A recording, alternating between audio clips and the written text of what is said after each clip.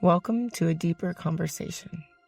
When I sat down with this man to talk about responsibility, I thought we'd be talking about what it means to be someone people can count on. But our conversation went somewhere a little deeper. What happens when responsibility isn't just something you do, but becomes part of how you see yourself? And what happens when that strength starts to feel heavy? For Darren, that story started in 5th grade. So responsibility. When I was in 5th grade, my teacher, Mrs. Perkins, made me the captain of the safety patrol, and she talked about, she would just frequently, in front of other students, in front of class, face to face with me, she would just say, "You're so responsible. You always follow through. You're the most responsible kid that I've ever taught." And what that meant, or those little things she said, you started to get it. Yeah, I guess, yeah, at that point, I was confused really a little bit because I'm like, I'm just doing what I would do. Mm-hmm. I didn't see it as like something extraordinary. Or that you were trying to do. Yeah, I just was doing the job. But I think that experience made me develop this pride in being responsible. It boosts my self-esteem. And so that kind of stuck with me. I remember that at some point in the school year, she went through the whole class and attributed one word to each person. And the word she used for me was responsible. And so anyway, yeah, I developed this kind of pride in being responsible or taking responsibility or whatever. And it extended from there and became a kind of a pattern, I guess. Did you start looking for that response from your mom or other teachers? Did that create trying to get it? Yeah, maybe so. I don't remember like seeking after it, but I do remember like as a teenager and things, just recognizing that like I'm somebody who people think is responsible or takes responsibility. So I'm going to finish this job, or I can think of a couple of circumstances in high school where there was one time that we made teachers so mad, giving the teacher a hard time, that he shut down the whole place and walked in. And I went back after school was over and apologized. And he was blown away that I would, and he even brought it up to the class the next day. Didn't mention me by name, but he's like, somebody came back, took responsibility for what he had said and done. And he's like, let that be an example to all of you, So that just kind of built this responsibility thing. Part of your identity. Part of my identity, yeah. And, life moves along, right? And as I've got older and I became an adult and got married and started having kids and career responsibilities, this pattern kind of continued where I take responsibility for things. And I learned over time that it could also be a burden to be responsible, to take responsibility. It's something people will take advantage of. And it's something I have to have. I've learned that I need to be careful and set limits. Do you have a story about that made you realize like, whoa? I could definitely think of one, right? So I'm an attorney, and I had this friend who became disabled in a motorcycle accident when we were, I don't know, in late 20s, early 30s. And I helped his parents and his children. He was going through a divorce at the time. I helped his family kind of organize his affairs financially and get a trust in order, things like that. And I spent a lot of time on it, And it made me feel good, that I could help out in time with need. But it continued over the years to where his mom would call or email me once a month to tell me how her thoughts and feelings had changed about. She'd give me an update on his behavior and what's going on and what his struggles are. And then depending on how she felt about whoever, she's like, I don't want him, I don't want his girlfriend to be able to benefit from living in my house after I die. And so please make sure that you kick his girlfriend out after I die. And I just became this thing on and on and on. And the weight of it was heavy. The burden of it was heavy. And I did all this without any charge or anything And did you know it was affecting you? Yeah, I did, because every time I would see her pop up in my email, I was reluctant to even open it. And if I saw her name on my phone, it was just like this, I got a sinking feeling. And I have, this happened other times with other people too, for the same reason, because I know they want something, they want me to help with something, and they're somebody who is a taker and not it's not an exchange. Right. And so she gave me an out a couple of years ago. Just a couple of years ago? Yes. This was back in your 30s? Yeah, 20 years at least. So she was frustrated that I was out of the country. She sent me an email with the latest update on the way she wanted things handled. And the pattern had been that I would respond and tell, okay, and these are my thoughts, et cetera, et cetera. And I was out of the country on vacation. And so I'm like, I'm going to just handle this when I get back. And it was probably 10 days. And it upset her that it took me so long to get back. Are you fired? So, yeah. So she kind of threw a fit and was like, maybe you're too busy to be handling something like this. And I think her motivation in saying that was to try to get me to say, no, I'll make it a higher priority or whatever.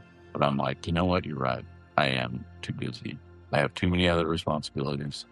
And my friend has adult children now who can take on this, and college-educated adult children who were perfectly capable of helping him manage his affairs. And so I withdrew as a trustee, and we talked a few times since then, but never about.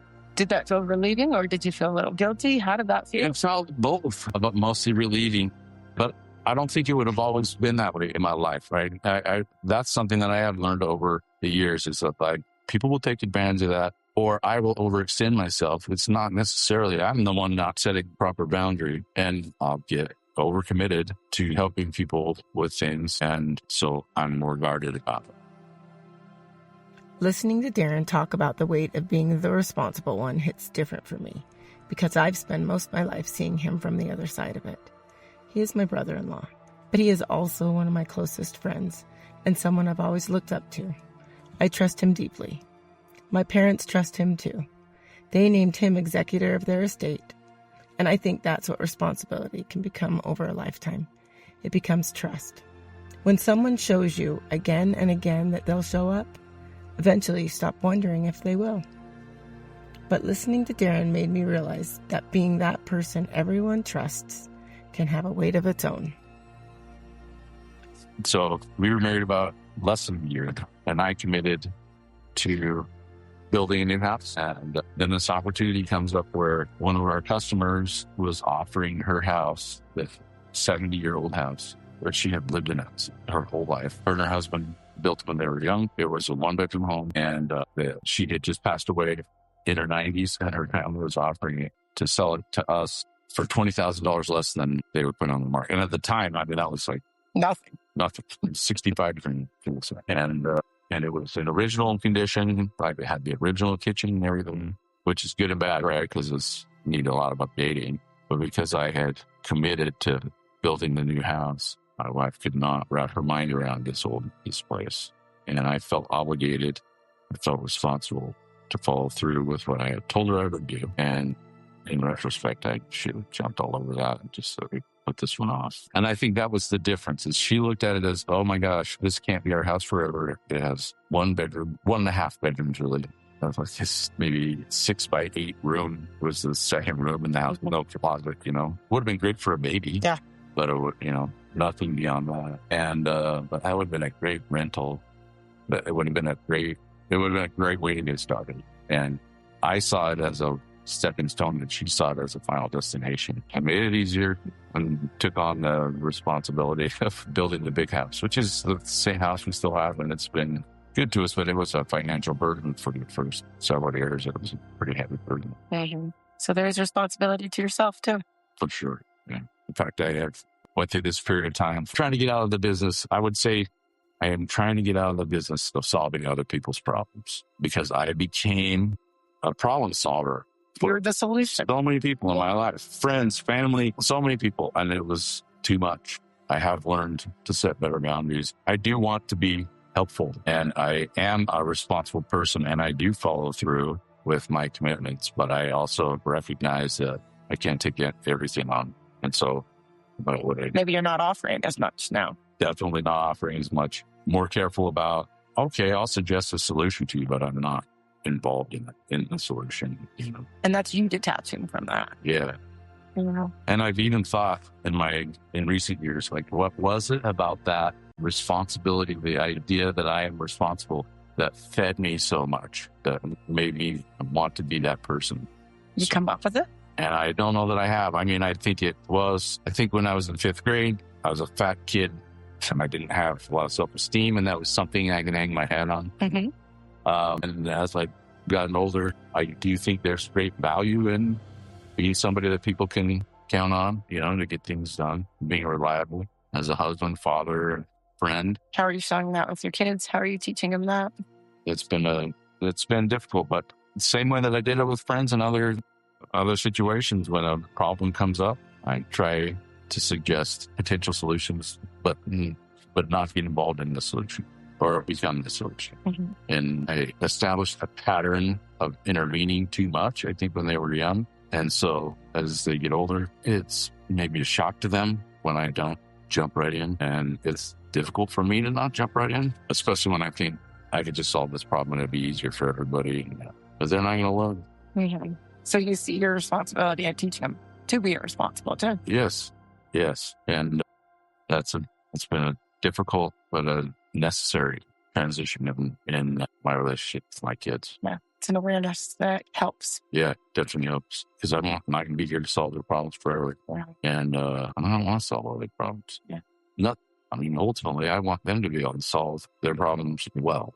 And if I don't give them the experience of solving smaller problems, that means I'm not going to be able to solve bigger problems. And I just have to remind myself of that.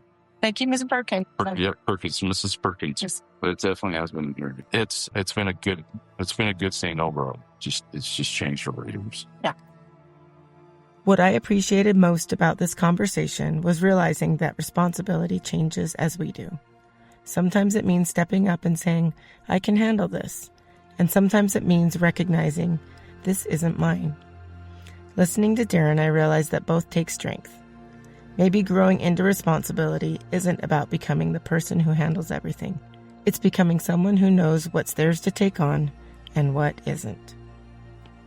Thank you for your story, and thank you for listening.